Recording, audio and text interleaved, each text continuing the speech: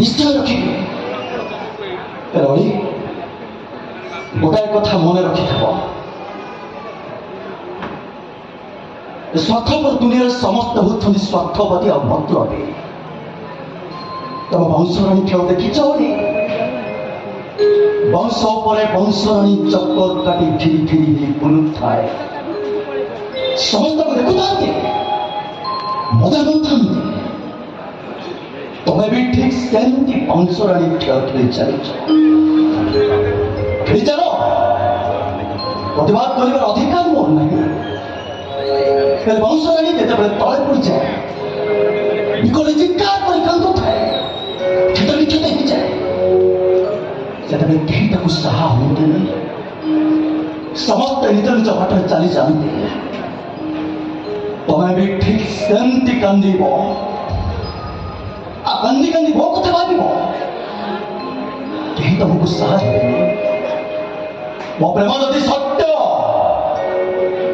ତମେ ଦିନେ ନା ଦିନେ ନିଶ୍ଚୟ ମୋ ପାଖକୁ ଫେରିବ। ସେଦିନ ଆଉ ରାତି ସରିଯିବ, ହେଲେ ଗପ ସରିବନି।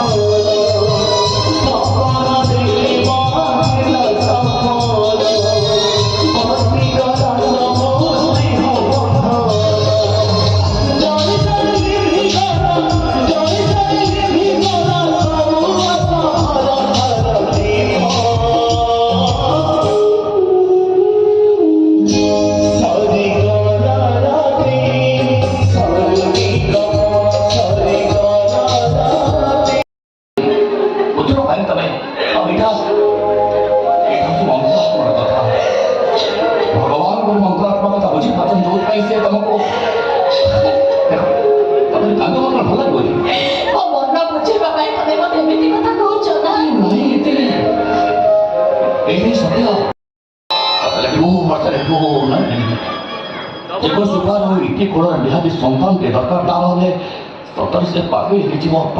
ସେ ଏମିତି ଅବସ୍ଥାରେ ସନ୍ତାନ ତା ପାଇଁ କୋଉଠୁ ଆସିବ? କିଏ ବାବୁ ଦିଦି ଏମିତି ପାଗଳିଙ୍କ ଉପରେ ହସୁଛନ୍ତି କାହିଁକି? ଗୋଟେ ନାରୀ ଜୀବନ ସାର୍ଥକତା ମିଳେ କେବଳ ମାତୃତ୍ୱ ଭାବରେ। ସେସବୁ ସୁଖରୁ ସେ ଯେତେବେଳେ ବଞ୍ଚିତ, ନିଜ ଅନ୍ତରର ବହୁକୁ କେତେ ମଧ୍ୟ ଛାତି ଭିତରେ ଚାପି ରଖିବ। ବାବୁ ମୋ ମନେ କହୁଛି ଆପଣ ନିଶ୍ଚୟ ଦିନେ ଦିନେ ବାପା ଡାକ ଶୁଣିବେ। ତ ଅଭିଶାପ ମୋ ଉପରେ ପଡ଼ିଗଲା, ତ ଅଭିଶାପ ମୋ ଉପରେ ପଡ଼ିଗଲା।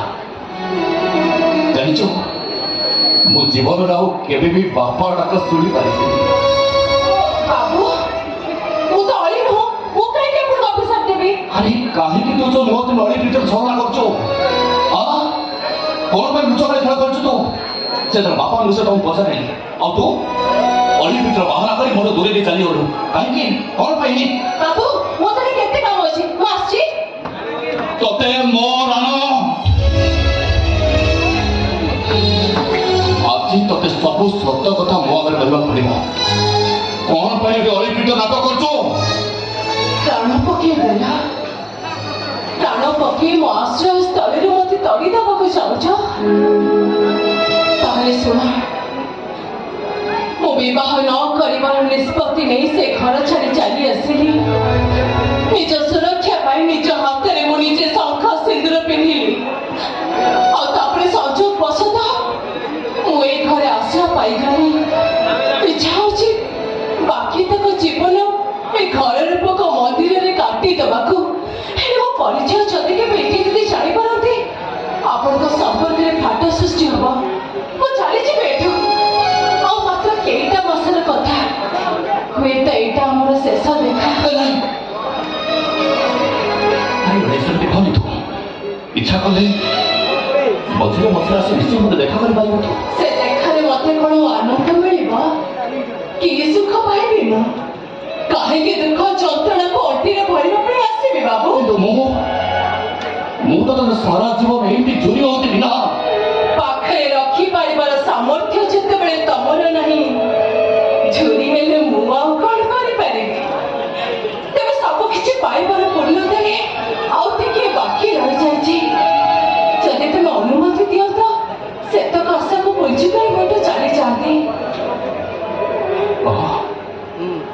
କଣ ମାଗିବ ମୁଁ ତ ନିଶ୍ଚୟ ତୁ କଣ ମାଗିବ ମୁଁ ତତେ କଣ ଦେଇପାରିବି ଭୟ କହନି ହନୁମାନ ମୁଁ ଏମିତି କିଛି ମାଗିବିନି ଯାହା ତମକୁ ଧର୍ମ ସଙ୍କଟରେ ପକେଇଦେବ ଖାଲି ଏତିକି ମାଗୁଣି ମୁଁ ମଲା ବେଳେ ତମରି ହାତରୁ ଟୋପାଏ ଗଙ୍ଗା